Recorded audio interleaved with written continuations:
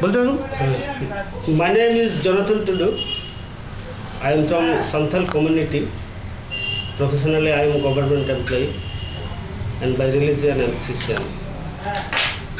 I have established this organization with my mission to develop backward poor people of my district and other sides. And I am dedicated myself to do for them, for poor people, for poor educated unemployed youth, and to serve the poor children of the Kujbehar district and entire rural and village area.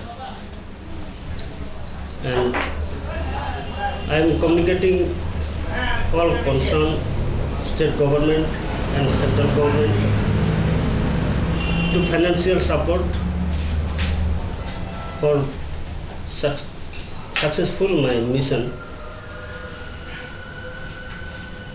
and I already received different consented from different corner, and I am moving in my way to do my mission.